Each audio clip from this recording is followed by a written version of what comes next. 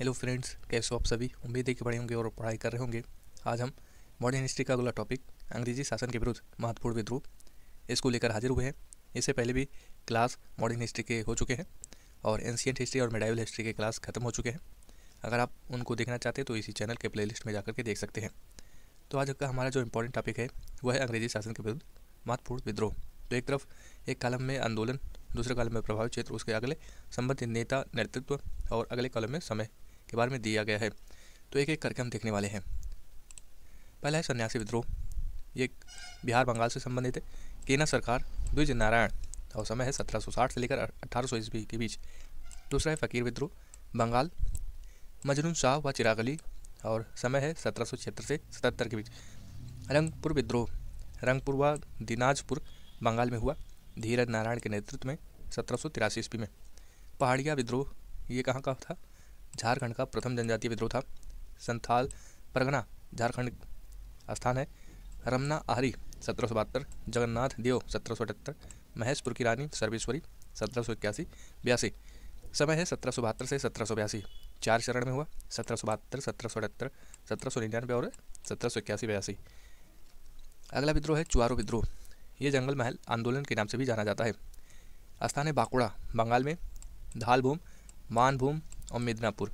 नेतृत्व जगन्नाथ सिंह 1769 71, मंगल सिंह 1782 से 84, दुर्जन सिंह 1798 99, कर्णगढ़ की रानी शिरोमणि 1799। तो इसका समय 1769 से 1809 तक।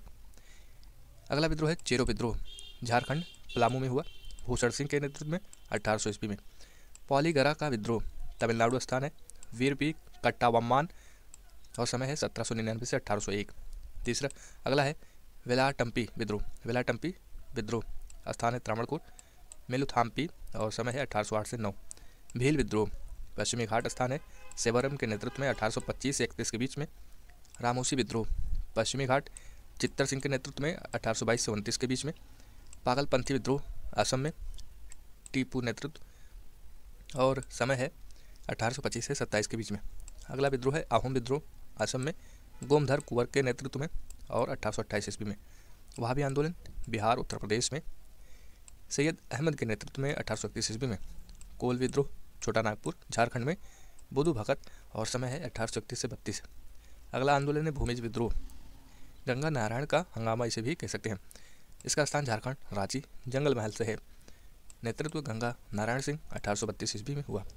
अगला है खासी विद्रोह, असम में हुआ था तीरथ सिंह के नेतृत्व में 1833 ईस्वी में। अगला आंदोलन है कंद विद्रोह।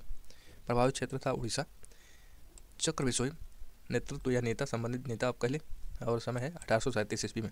अगला आंदोलन है फराजी आंदोलन, स्थान है बंगाल और शरियातुल्ला टुटू मियाँ, समय है 1838 से 48 के बीच में। नील विद्रोह बंगाल बिहार में तीरथ सिंह के नेतृत्व में 1854 से 62 ईस्वी के बीच में। संथाल विद्रोह बंगाल एवं बिहार में सिद्धू कान्हू और 1855 से 56 के बीच में। मुंडा विद्रोह झारखंड में बिरसा मुंडा के नेतृत्व में 1899 से 1900।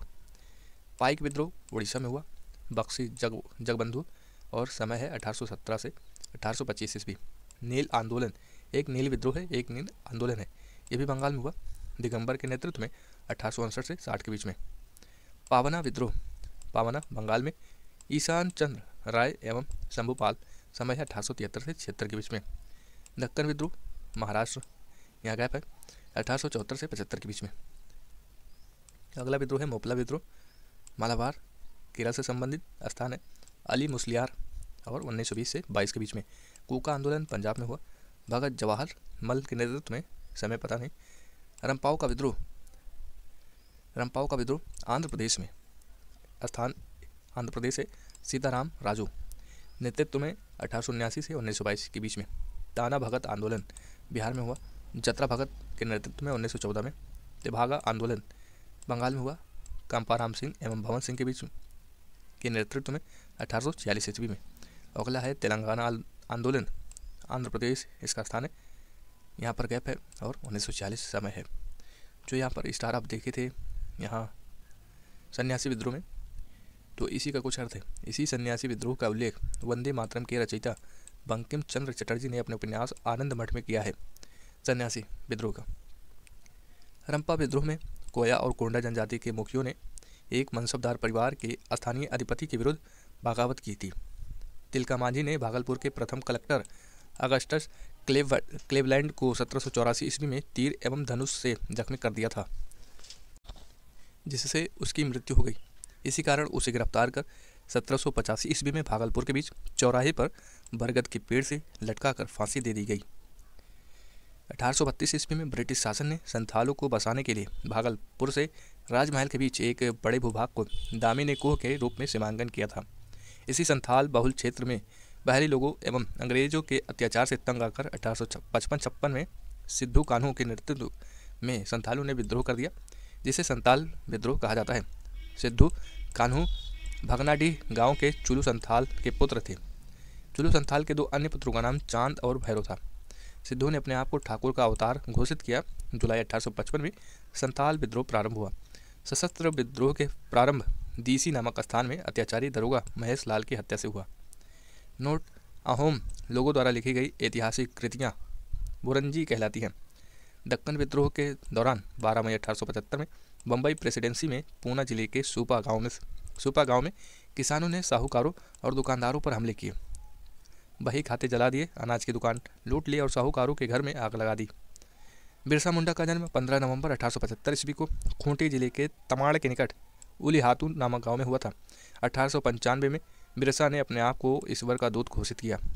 उड़ीसा के कंध आदिवासियों के बीच मारियाह प्रथा यानी मानव बलि प्रथा का प्रचलन था। नोट: भगत जवाहर मल के शिष्य राम सिंह ने 1872 में अंग्रेजों का कड़ाई से सामना किया। बाद में इन्हें कैद कर रंगून भेज दिया गया, जहां 1885 ईस्वी में इनकी मृत्यु हो गई। अगला टॉपिक है 1857 ईस्वी की महान क्रांति। 1856 में अंग्रेजों ने पुरानी बंदूक ब्राउन बैस के स्थान पर नई एनफील्ड राइफल को प्रयोग करने का निर्णय लिया। उसके लिए जो कारतूस बनाए गए उन्हें राइफल में भरने से पहले मुंह से खोलना पड़ता था। इन कारतूसों में गाय और सूअर की चर्बी का प्रयोग किया गया था। यह चर्बी वाला कारतूस ही 1857 की क्रांति का मुख्य कारण बना। 29 मार्च 1857 ईस्वी को मंगल पांडे नामक एक सैनिक ने बैरकपुर में गाय की चर्बी मिले कारतूसों को मुंह से काटने से स्पष्ट मना कर दिया और उसने लेफ्टिनेंट बाग एवं मेजर ह्यूसन को गोली मारकर हत्या कर दी। फलस्वरूप उसे गिरफ्तार कर 8 अप्रैल 1857 को फांसी दे दी गई। फांसी पर चढ़ने से पहले मंगल पांडे ने हल्ला बोल का नारा दिया था। मंगल पांडे का संबंध 34वां बंगाल नेटिव इन्फेंट्री BNI से था। 10 मई 1857 के दिन मेरठ की पैदल टुकड़ी 20 NI से 1857 ईस्वी की क्रांति की शुरुआत हुई। 1857 ईस्वी में क्रांति के समय भारत का गवर्नर जनरल लॉर्ड कैनिंग एवं इंग्लैंड के प्रधानमंत्री पॉर्मस्टन लिबरल पार्टी से थे। नोट: अंग्रेजी भारतीय सेना का निर्माण 1748 ईस्वी में आरंभ हुआ। उस समय मेजर स्ट्रेंजर लॉरेंस को अंग्रेजी भारतीय सेना का जनक पुकारा गया। 1857 के विद्रोह के पश्चात सेना का पूर्ण रूप से पुनर्गठन किया गया, जिसका मुख्य उद्देश्य एक और विद्रोह न होने देना था। इसके लिए स्थापित पील कमीशन की रिपोर्ट पर सेना में भारतीय सैनिकों की तुलना में यूरोपीय सैनिकों का अनुपात बढ़ाया गया तथा उच्च सैनिक पदों पर अब भारतीयों की नियुक्ति पूर्ण रूप से प्रतिबंधित कर दी गई, जो पहले से ही प्रतिबंधित थी। बंगाल की सेना में यूरोपीय व भारतीय सैनिकों का अनुपात 1:2 रखा गया, जबकि बम्बई मद्रास में 2:5 रखा गया, यानी अगर 5 भारतीय तो 2 यूरोपीय, इस तरीके से था। यहाँ कुछ गलत लग रहा है, चलिए आगे बढ़ते हैं। 1857 ईस्वी की क्रांति के बारे में इतिहासकारों का मत। एक तरफ मत है, दूसरी तरफ इतिहासकार जो उन्होंने मत दिया। पहला है, यह भारत का प्रथम स्वतंत्रता संग्राम था। किसने कहा? BD सावरकर ने कहा।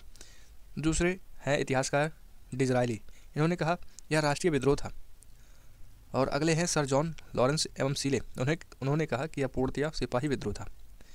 और जेम्स आउट्रम W टेलर, इन्होंने कहा यह अंग्रेजों के विरुद्ध हिंदू एवं मुसलमानों का षड्यंत्र था। अगले इतिहासकार थे, उन्होंने कहा TR होम्स ने कहा बर्बरता तथा सभ्यता के बीच युद्ध था।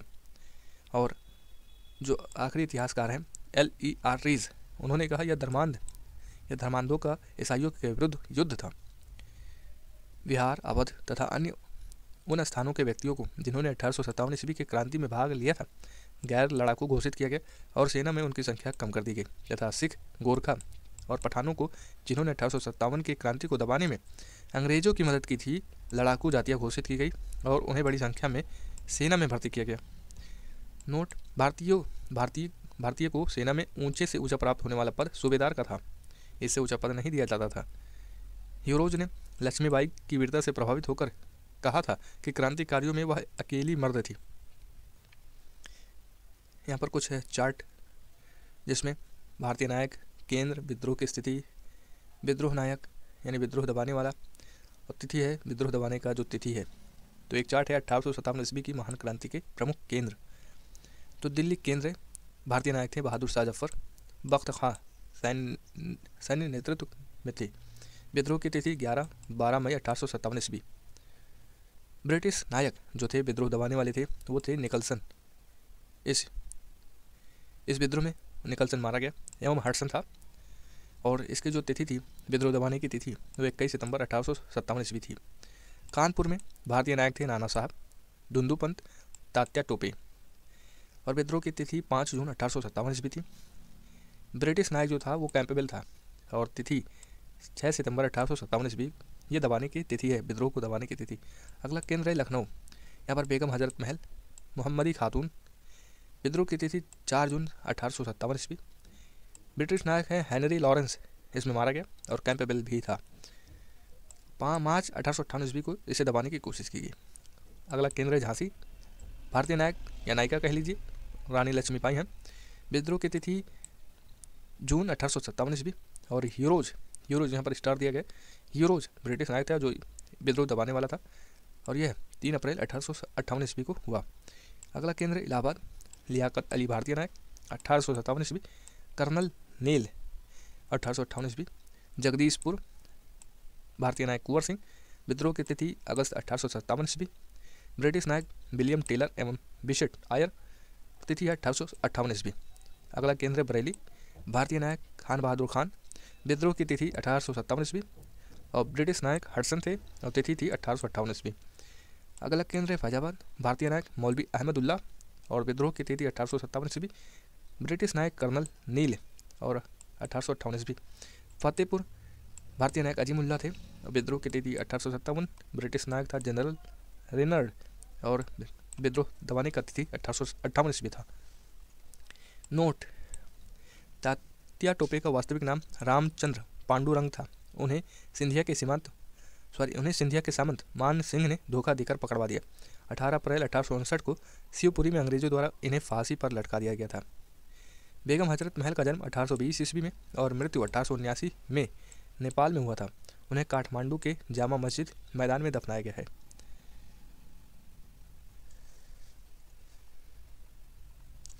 पहला अंग्रेजी विरोधी संघर्ष सन्यासियों के द्वारा शुरू किया गया।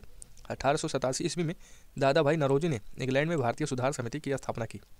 1887 ईस्वी के बाद ब्रिटिश सरकार का रुख कांग्रेस के प्रति कठोर होता चला गया। नौरोजी, दत्त एवं बाचा ने धन निकास के सिद्धांत का प्रतिपादन किया। दादा भाई नौरोजी ने धन का पलायन सिद्धांत का वर्णन अपनी पुस्तक poverty and un British rule in India में किया है। ब्रिटिश हाउस ऑफ कॉमन्स का चुनाव लड़ने वाले प्रथम भारतीय W.C. बनर्जी थे, जो चुनाव हार गए थे। ब्रिटिश हाउस ऑफ कॉमन्स के सदस्य चुने जाने वाले प्रथम भारतीय दादा भाई नौरोजी थे। इन्होंने लिबरल पार्टी के उम्मीदवार के रूप में फिंसबरी से 1892 ईस्वी में चुनाव जीता था। लॉर्ड कर्जन ने 20 जुलाई 1905 ईस्वी को बंगाल विभाजन के निर्णय की घोषणा की थी। बंगाल विभाजन के विरोध में 7 अगस्त 1905 को कलकत्ता के टाउन हॉल में स्वदेशी आंदोलन की घोषणा की गई। बंगाल विभाजन 16 अक्टूबर 1905 को प्रभावी हुआ। इस दिन पूरे बंगाल में शोक दिवस मनाया गया। रविंद्रनाथ टैगोर के आह्वान पर इस दिन को राखी दिवस के रूप में मनाया गया। स्वदेशी आंदोलन में वंदे मातरम, विभाजन नहीं होना चाहिए एवं बंगाल एक है आदि नारे लगाए गए। नोट, स्वदेशी आंदोलन का विचार सर्वप्रथम कृष्ण कुमार मित्र के पत्र संजीवनी में 1905 ईस्वी में प्रस्तुत किया गया था। आंध्र के डेल्टा इलाकों में स्वदेशी आंदोलन को वंदे मातरम आंदोलन के नाम से जाना जाता था।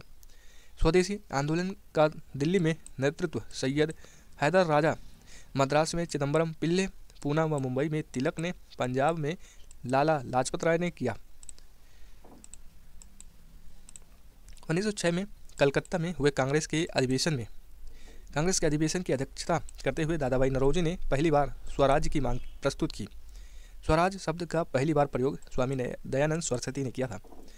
स्वदेशी आंदोलन चलाने के तरीकों को लेकर ही कांग्रेस 1907 ईस्वी के सूरत अधिवेशन में उग्रवादी यानी गरम दल एवं उदारवादी यानी नरम दल नामक 2 दलों में विभाजित हो गई। इस सम्मेलन की अध्यक्षता रास बिहारी बोस ने की थी। स्वदेशी आंदोलन के अवसर पर ही रविंद्रनाथ ठाकुर ने अपना प्रसिद्ध गीत अमार सोनार बांग्ला लिखा। बाद में यही गीत बांग्लादेश का राष्ट्रीय गीत बना। स्वदेशी आंदोलन के प्रचार प्रसार के लिए अश्विनी कुमार दत्ता ने बारिसल में स्वदेशी बांधव समिति की स्थापना की थी। यहाँ पर कुछ कांग्रेस पर कुछ विशेष टिप्पणियाँ अंग्रेजों ने की थी, मतलब अंग्रेजों ने ही नहीं बल्कि और लोगों ने भी की थी। जैसे कि पहला है डफरिन ने कहा कि कांग्रेस केवल सूक्ष्मदर्शी अल्पसंख्यक का प्रतिनिधित्व करती है। करजन ने कहा कांग्रेस लड़खड़ाकर गिर रही है। भारत में रहते हुए मेरी इच्छा है कि उसे शांतिपूर्वक मरने में मदद कर सकूं।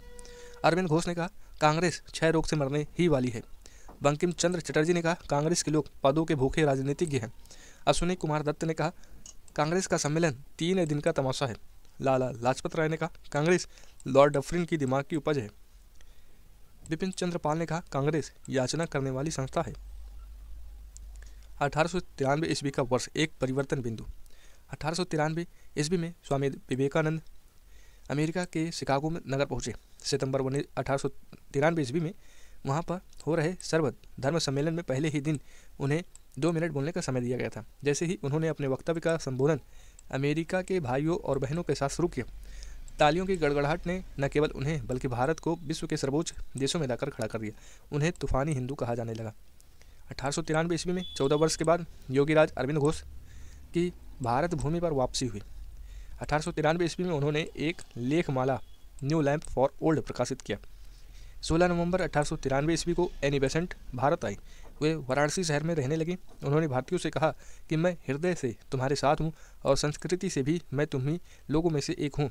1893 ईस्वी में महात्मा गांधी अब्दुल्ला सेठ नामक व्यापारी के मुकदमे में दक्षिण अफ्रीका गए। क्रांतिकारी गतिविधियों की दृष्टि से भी 1893 ईस्वी का वर्ष महत्वपूर्ण है। नासिक में चापेकर बंधुओं ने एक गुप्त संस्था society for the removal of obstacles to the Hindu religion स्थापित की। तो 1893 ईस्वी का वर्ष बहुत ही परिवर्तन बिंदु रहा है।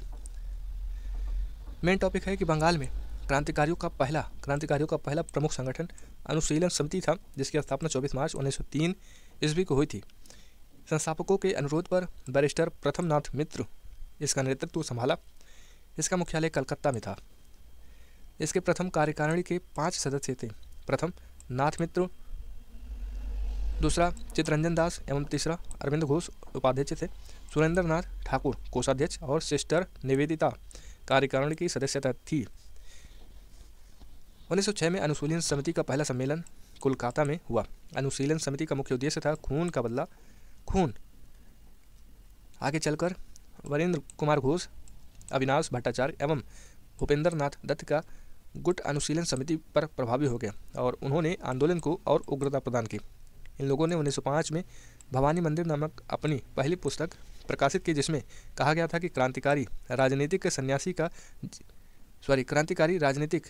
का जीवन तब तक बिताए जब तक स्वाधीनता प्राप्त न हो। यहाँ सन्यासी होना चाहिए था, तो सन्यासी पढ़ने में गलत हो रहा है। क्रांतिकारी राजनीतिक सन्यासी का जीवन तब तक बिताए जब तक स्वाधीनता प्राप्त न हो। अक्टूबर 1907 में अविनाश चंद्र भट्टाचार्य द्वारा प्रकाशित वर्तमान रणनीति उनकी दूसरी पुस्तक थी, जिसमें कहा गया था कि भारत की स्वतंत्रता प्राप्ति के लिए फौजी शिक्षा और युद्ध आवश्यक है। इसके लिए छापमार युद्ध अपनाने के लिए कहा गया था। अनुशीलन समिति ने हेमचंद्र दास कानूनगो को पेरिस भेजा, जिसने रूसी क्रांतिकारी निकोलस सफ्रांस्की से बम बनाना सीखा। वरेंद्र कुमार घोष, भूपेंद्र नाथ दत्त एवं अविनाश चंद्र भट्टाचार्य ने 1906 ईस्वी में युगांतर नामक साप्ताहिक पत्रिका प्रकाशित की। युगांतर के प्रथम संपादक भूपेंद्र नाथ दत्त को 1907 ईस्वी में 1 वर्ष की कड़ी सजा दी गई। 1908 ईस्वी में यह पत्र बंद कर देना पड़ा। ढाका अनुशीलन समिति की स्थापना पी मित्रा एवं पुलिन दास ने 1904 ईस्वी में ढाका में की थी। ढाका में इसकी लगभग 500 शाखाएं थी। 11 दिसंबर 1960 को अनुशीलन समिति गैर कानूनी घोषित कर दी गई। प्रफुल्ल चाकी और खुदीराम बोस ने 30 अप्रैल 1908 ईस्वी को मुजफ्फरपुर के जज किंग्सफोर्ड की हत्या का प्रयत्न किया। गलती से बम कैनेडी की गाड़ी पर गिरा दिया गया, जिससे 2 महिलाओं, प्रिंगले की पत्नी एवं बेटी की मृत्यु हो गई। चाकी ने आत्महत्या कर ली और खुदीराम बोस को लगभग 18 वर्ष की अवस्था में 11 अगस्त 1908 ईस्वी को फांसी दे दी गई। यहाँ पर खुदीराम बोस के बारे में कुछ इंपॉर्टेंट फैक्ट, जैसे कि इनका जन्म 1889 ईस्वी, ग्राम था हबीबपुर, जिला मेदिनीपुर, पश्चिम बंगाल। पकड़ने वाली पुलिस फतेह सिंह एवं शिव प्रसाद मिश्र थी। खुदीराम बोस के मुकदमे में जो जज था वो कर्नडफ सरकारी वकील मानुक व विनोद मजूमदार थे। खुदीराम बोस की ओर से वकील जो था वो कालिदास बोस था। फांसी की तारीख 11 अगस्त 1908 ईस्वी। एक हाथ में गीता लेकर खुदीराम बोस फांसी के तख्ते पर जा खड़े हुए। खुदीराम बोस बंगाल के क्रांतिकारियों के युगांतर दल के सक्रिय सदस्य थे। युगांतर दल के नेता वरिंद्र कुमार घोष थे। अलीपुर षड्यंत्र केस 18 मई 1908 ईस्वी को कलकत्ता के अलीपुर अदालत में 31 व्यक्तियों को अवैध शस्त्र रखने के कारण पेश किया गया। इन व्यक्तियों को अवैध शस्त्र रखने के कारण गिरफ्तार किया गया था। 19 अगस्त 1908 ईस्वी को 30 आदमियों को सेशन जज के सुपुर्द किया गया और 7 सितंबर 1908 को 7 और आदमियों को इन मुकदमे में शामिल किया गया। यही मुकदमा अलीपुर षड्यंत्र केस के नाम से प्रसिद्ध है। इस केस के सरकारी गवाह नरेंद्र नाथ गोसाई को अलीपुर जेल में सत्येंद्र नाथ घोष एवं कन्हई लाल दत्त ने गोली मार दी। इसके लिए दोनों को फांसी की सजा दी गई। वरिंद्र कुमार घोष, उल्लासकर दत्त, हेमचंद्र दास और उपेंद्र नाथ बनर्जी को आजीवन काला पानी की सजा मिली। बाकी लोगों को 10 वर्ष, 7 वर्ष, 5 वर्ष की सजा दी गई। इस मुकदमे में अरविंद घोष छोड़ दिए गए। तब इन्होंने क्रांतिकारी क्रियाकलापों से अलग होकर पांडिचेरी में अपना आश्रम औरीविली स्थापित किया। महाराष्ट्र में विनायक दामोदर सावरकर ने 1904 ईस्वी में अभिनव भारत नामक संस्था स्थापित की। अभिनव भारत संगठन के सदस्य पीएन बापट बम बनाने की कला सीखने के लिए पेरिस गए।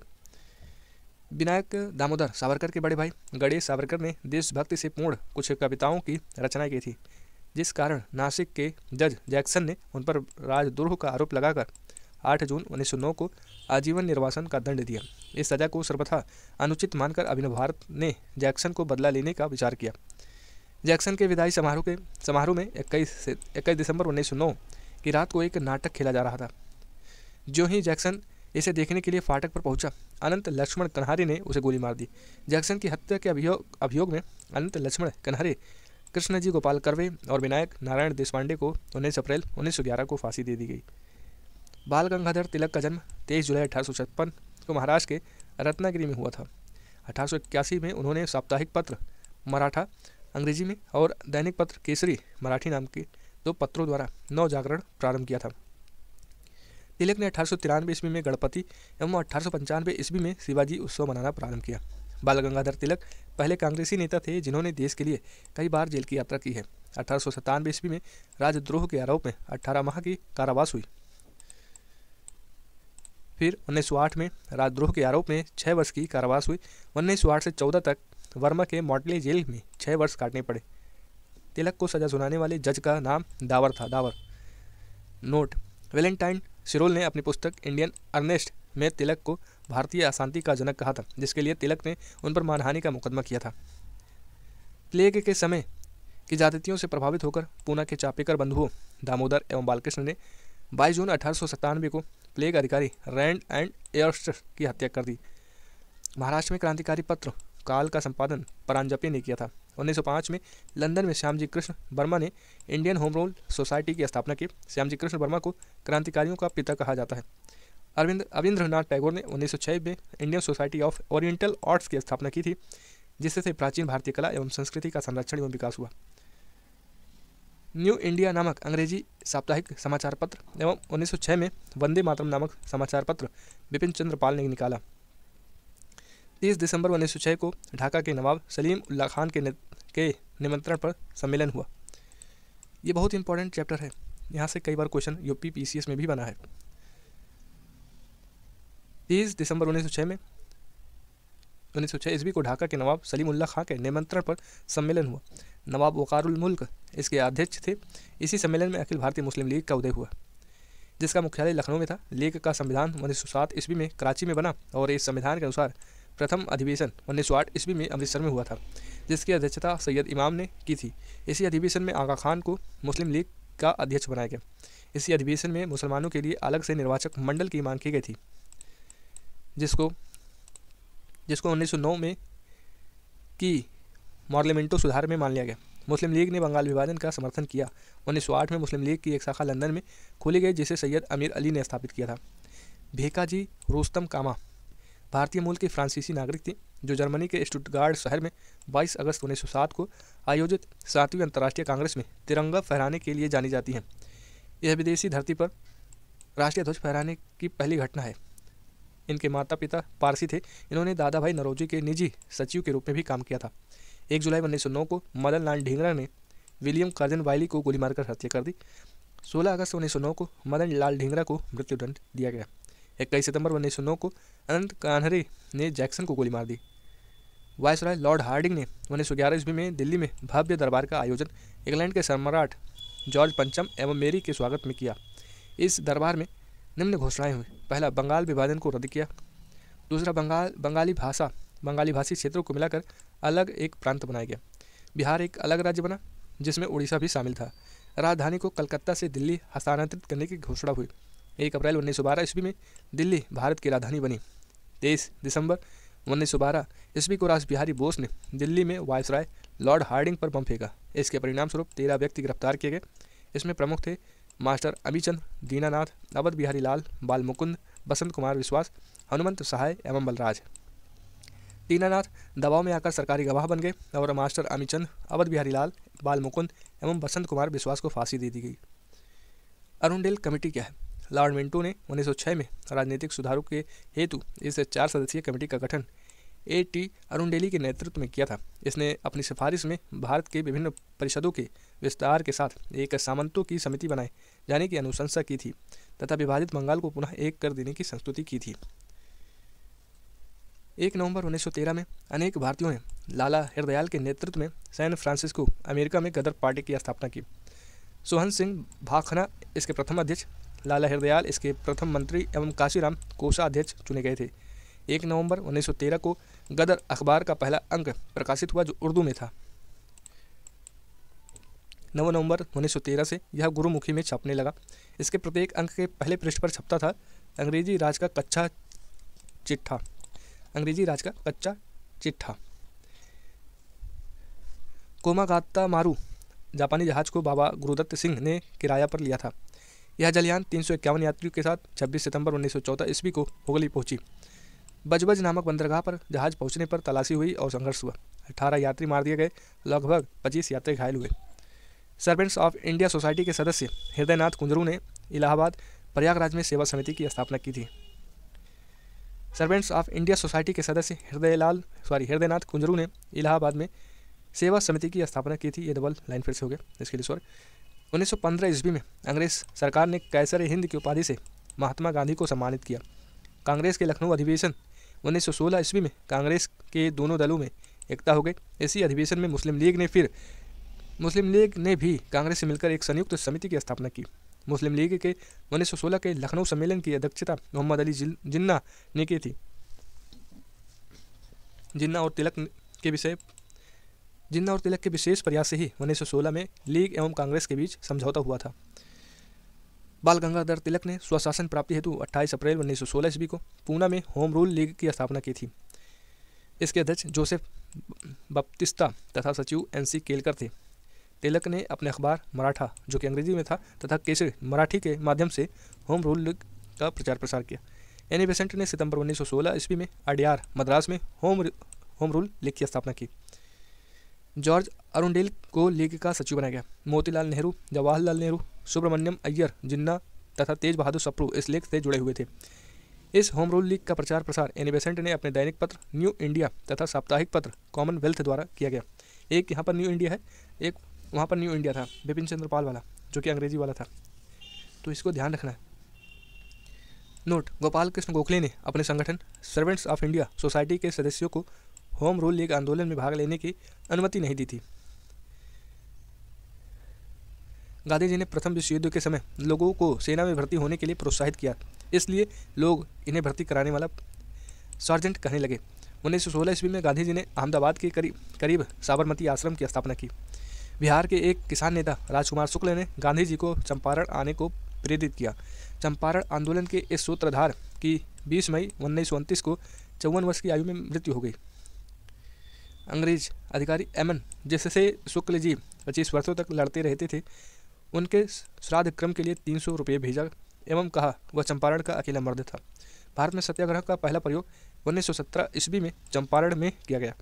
चंपारण विद्रोह के कारण अंग्रेजों को 3 कठिया प्रथा को समाप्त करना पड़ा। 3 कठिया खेती अंग्रेज मालिकों द्वारा बिहार के चंपारण जिले के रैयतों यानी किसानों पर नील की खेती के लिए जबरन लागू 3 तरीकों में एक था। खेती का अन्य 2 तरीका कुर्तौली और उसकी कहलाता था। 3 कठिया खेती में प्रति बीघा 3 कट्ठा जोत पर नील की खेती करना अनिवार्य था। 1917 के चंपारण सत्याग्रह के दौरान महात्मा गांधी के साथ राजेंद्र प्रसाद, ब्रिज किशोर प्रसाद, महादेव देसाई, जीवी कृपलानी, नरहरि पारिख, मजहरुल हक एवं एनजी रंगा थे। बतख मियाँ ने चंपारण सत्याग्रह के दौरान गांधी जी की जान बचाई थी। गांधी जी ने सत्याग्रह का सर्वप्रथम प्रयोग दक्षिण अफ्रीका में किया था। बेसेंट ने 20 अगस्त 1917 ईस्वी को होम रूल लीग को समाप्त करने की घोषणा की थी। मॉन्टेग्यू घोषणा 20 अगस्त 1917 को तत्कालीन भारत सचिव मॉन्टेग्यू ने ब्रिटिश सरकार द्वारा भारत में लागू किए जाने वाले प्रस्तावित सुधारों की घोषणा की, जिसमें 4 बातों का उल्लेख था। पहला, ब्रिटिश शासन का लक्ष्य भारत में स्वशासन को विकसित करना है। दूसरा, स्वशासन एकदम न दिया जाकर विभिन्न चरणों में दिया जाएगा। तीसरा, विभिन्न चरणों का निर्धारण भारतीयों द्वारा स्वशासन की दिशा में की गई प्रगति पर निर्भर करेगा। और आखिर में प्रगति के विषय में निर्धारण ब्रिटिश संसद तथा ब्रिटिश भारत सरकार द्वारा किया जाना था। मॉन्टेग्यू घोषणा भारतीय सरकार अधिनियम 1919 का आधार बनी। उदारवादी कांग्रेसियों ने मॉन्टेग्यू घोषणा की उदारवादी कांग्रेसियों ने मॉन्टेग्यू घोषणा को भारत का मैग्ना कार्टा की संज्ञा दी थी। तिलक ने मॉन्टेग्यू घोषणा को सूर्यविहीन उषा काल कहा। 1918 ईस्वी में महात्मा गांधी ने अहमदाबाद टेक्सटाइल्स लेबर एसोसिएशन की स्थापना की। यह उस समय की सबसे बड़ी ट्रेड यूनियन थी। यही गांधी जी ने ट्रस्टीशिप का सिद्धांत दिया। इसमें इन्होंने बताया कि पूंजीपति मजदूरों के हितों की रक्षा करने वाली ट्रस्टी होती है। नोट 31 अक्टूबर 1920 को NM जोशी ने all India trade union Congress AITUC की स्थापना की। इसके प्रथम अध्यक्ष लाला लाजपत राय थे। महात्मा गांधी ने पहली बार भूख हड़ताल अहमदाबाद मिल मजदूरों की हड़ताल यानी 1918 ईस्वी के समर्थन में की थी। गांधी जी ने 1918 ईस्वी में गुजरात के खेड़ा जिले में कर नहीं आंदोलन चलाया। 19 मार्च 1919 ईस्वी को रोलेट एक्ट लागू किया गया। इसके अनुसार किसी भी संदेहास्पद व्यक्ति को बिना मुकदमा चलाए गिरफ्तार किया जा सकता था, परंतु उसके विरुद्ध न कोई अपील, न कोई दलील और न कोई वकील किया जा सकता था। गांधी जी ने इस कानून के विरुद्ध 6 अप्रैल 1919 ईस्वी को देशव्यापी हड़ताल करवाई। 13 अप्रैल 1919 को अमृतसर के जालियांवाला बाग हत्याकांड हुआ। डॉक्टर सतपाल और सैफुद्दीन किचलू की गिरफ्तारी के विरोध में हो रही जनसभा पर जनरल REH डायर ने अंधाधुंध गोलियां चलवाई। सरकारी रिपोर्ट के अनुसार इसमें 379 व्यक्ति एवं कांग्रेस समिति के अनुसार लगभग 1000 व्यक्ति मारे गए। उस समय पंजाब का lieutenant governor sir Michael O'Dwyer था। जलियांवाला बाग हत्याकांड में हंसराज नामक भारतीय ने डायर का सहयोग किया था। शंकरन नायर ने जलियांवाला बाग हत्याकांड के विरोध में वायसराय की कार्यकारिणी परिषद के सदस्यता से इस्तीफा दे दिया। जलियांवाला बाग हत्याकांड के विरोध में महात्मा गांधी ने कैसर हिंद की उपाधि, जमनलाल बजाज ने राय बहादुर की उपाधि एवं रविंद्रनाथ टैगोर ने सर की उपाधि वापस लौटा दी। जलियांवाला बाग हत्याकांड की जांच के लिए सरकार ने 19 अक्टूबर 1919 ईस्वी में लॉर्ड हंटर की अध्यक्षता में एक कमेटी का गठन किया। इसमें 5 अंग्रेज एवं 3 भारतीय, जिसमें सर चिमन लाल सीतलवाड़ा, साहबजादा सुल्तान अहमद एवं जगत नारायण सदस्य थे। कांग्रेस ने जलियांवाला बाग हत्याकांड की जांच के लिए मदन मोहन मालवीय के नेतृत्व में एक आयोग नियुक्त किया। इसके अन्य सदस्यों में मोतीलाल नेहरू और गांधी जी थे। जलियांवाला बाग कभी जल्ली नामक व्यक्ति की संपत्ति थी। खिलाफत आंदोलन भारतीय मुसलमानों का मित्र राष्ट्रों के विरुद्ध, विशेषकर ब्रिटेन के खिलाफ टर्की के खलीफा के समर्थन में आंदोलन था। 17 अक्टूबर 1919 को समूचे देश में खिलाफत दिवस मनाया गया। 23 नवंबर 1919 ईस्वी को हिंदू और मुसलमानों की एक संयुक्त कॉन्फ्रेंस हुई, जिसकी अध्यक्षता महात्मा गांधी ने की थी। रोलेट एक्ट, जलियांवाला बाग हत्याकांड और खिलाफत आंदोलन के उत्तर में गांधी जी ने 1 अगस्त 1920 ईस्वी को असहयोग आंदोलन प्रारंभ किया। असहयोग आंदोलन की पुष्टि भारतीय राष्ट्रीय कांग्रेस ने दिसंबर 1920 ईस्वी के नागपुर अधिवेशन में की थी। इसके प्रस्ताव को CR दास ने प्रस्तावित किया। मोहम्मद अली को सर्वप्रथम असहयोग आंदोलन में गिरफ्तार किया गया। मोहम्मद अली जिन्ना, एनी बेसेंट तथा बिपिन चंद्र पाल कांग्रेस के असहयोग आंदोलन से सहमत नहीं थे, अतः उन्होंने कांग्रेस छोड़ दी। असहयोग आंदोलन के दौरान विदेशी वस्त्रों को जलाए जाने पर रविंद्रनाथ टैगोर ने महात्मा गांधी को लिखा कि यह निष्ठुर बर्बादी है। 5 फरवरी 1922 ईस्वी को गोरखपुर जिले के चौरी चौरा नामक स्थान पर असहयोग आंदोलनकारियों ने क्रोध में आकर थाने में आग लगा दी, जिससे एक थानेदार एवं 21 सिपाहियों की मृत्यु हो गई। इस घटना से दुखित होकर गांधी जी ने 11 फरवरी 1922 ईस्वी को असहयोग आंदोलन स्थगित कर दिया। इस समय महात्मा गांधी बारदोली में थे। 13 मार्च 1922 ईस्वी को गांधी जी को गिरफ्तार कर 6 वर्ष की कड़ी कारावास की सजा हुई। स्वास्थ्य संबंधी कारणों से गांधी जी को 5 फरवरी 1924 ईस्वी को रिहा कर दिया गया। 1922 ईस्वी के मेवाड़ भील आंदोलन का नेता मोतीलाल तेजावत था। 1923 ईस्वी में इलाहाबाद में चित्तरंजन दास एवं मोतीलाल नेहरू ने कांग्रेस के अंतर्गत स्वराज पार्टी की स्थापना की थी। यहाँ पर जो ये है स्टार, इसका मतलब इसका प्रकाशन द गजेटियर इंडिया P573 में हुआ था। महात्मा गांधी सिर्फ एक बार कांग्रेस के बेलगांव अधिवेशन 1924 में हुआ था। बेलगांव अधिवेशन में इसके अध्यक्ष चुने गए थे। सचेंद्र सान्याल ने 1924 ईस्वी में कानपुर में हिंदुस्तान रिपब्लिकन एसोसिएशन की स्थापना की। भगत सिंह ने 1928 ईस्वी में दिल्ली स्थित फिरोज शाह कोटला में हिंदुस्तान सोशलिस्ट रिपब्लिक एसोसिएशन, ये दोनों मिलते जुलते हैं लेकिन इनमें अंतर रहना चाहिए। यहाँ पर सोशलिस्ट है, यहाँ पर कुछ नहीं है। तो एक सचेंद्र सान्याल ने 1924 में की थी और भगत सिंह ने 1928 ईस्वी में फिरोज शाह कोटला में किया था। अगला कांड है काकोरी कांड। काकोरी कांड 9 अगस्त 1925 ईस्वी को 10 व्यक्तियों ने सहारनपुर से लखनऊ की ओर जा रहे 8 डाउन ट्रेन से रेल विभाग का खजाना काकोरी नामक स्थान पर लूट लिया। इसे ही काकोरी कांड कहा गया है। सरकारी खजाना लूटने का विचार रामप्रसाद बिस्मिल का था। इसमें रामप्रसाद बिस्मिल, राजेंद्र लाहिड़ी, रोशन सिंह एवं अशफाकुल्ला खान को 19 दिसंबर 1927 ईस्वी को फांसी दे दी गई एवं सचेंद्र सान्याल को आजीवन कारावास की सजा मिल गई। मनमथ नाथ गुप्त को 14 वर्ष की कैद हुई। रामप्रसाद बिस्मिल यह कहते हुए कि मैं राज्य के पतन की इच्छा करता हूँ, फांसी पर लटक गए। नोट: उत्तर प्रदेश की योगी सरकार ने काकोरी कांड का नाम बदलकर काकोरी ट्रेन एक्शन डे कर दिया है। यहाँ इंपॉर्टेंट फैक्ट है, काकोरी ट्रेन एक्शन डे संभवतः अशफाकुल्ला खान पहले भारतीय क्रांतिकारी मुसलमान थे जो देश की स्वतंत्रता के लिए फांसी के तख्ते पर लटके थे। स्त्रियों ने स्वयं अपने अधिकारों के लिए आंदोलन करने के उद्देश्य से 1926 ईस्वी में अखिल भारतीय महिला संघ स्थापित किया। साइमन कमीशन 3 फरवरी 1928 ईस्वी को भारत आया। इसे व्हाइट मैन कमीशन भी कहते हैं। 1927 की बटलर कमेटी का मुख्य उद्देश्य भारत सरकार तथा देशी राज्यों के मध्य संबंधों को सुधारना था। महाड़ सत्याग्रह भीमराव अंबेडकर की अगुवाई में 20 मार्च 1927 को महाराष्ट्र राज्य के रायगढ़ जिले के महाड़ स्थान पर दलितों को सार्वजनिक चबदार तालाब में पानी पीने और इस्तेमाल करने का अधिकार दिलाने के लिए सत्याग्रह था।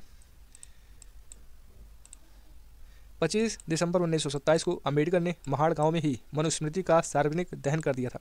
नेहरू रिपोर्ट को अंतिम रूप से अगस्त 1928 ईस्वी में आयोजित सर्वदलीय सम्मेलन में स्वीकार किया गया था। इस सम्मेलन की अध्यक्षता डॉक्टर अंसारी ने की थी। 30 अक्टूबर 1928 ईस्वी को लाहौर में साइमन आयोग के विरुद्ध प्रदर्शन करते समय पुलिस की लाठी से लाला लाजपत राय घायल हो गए और बाद में उनकी मृत्यु हो गई।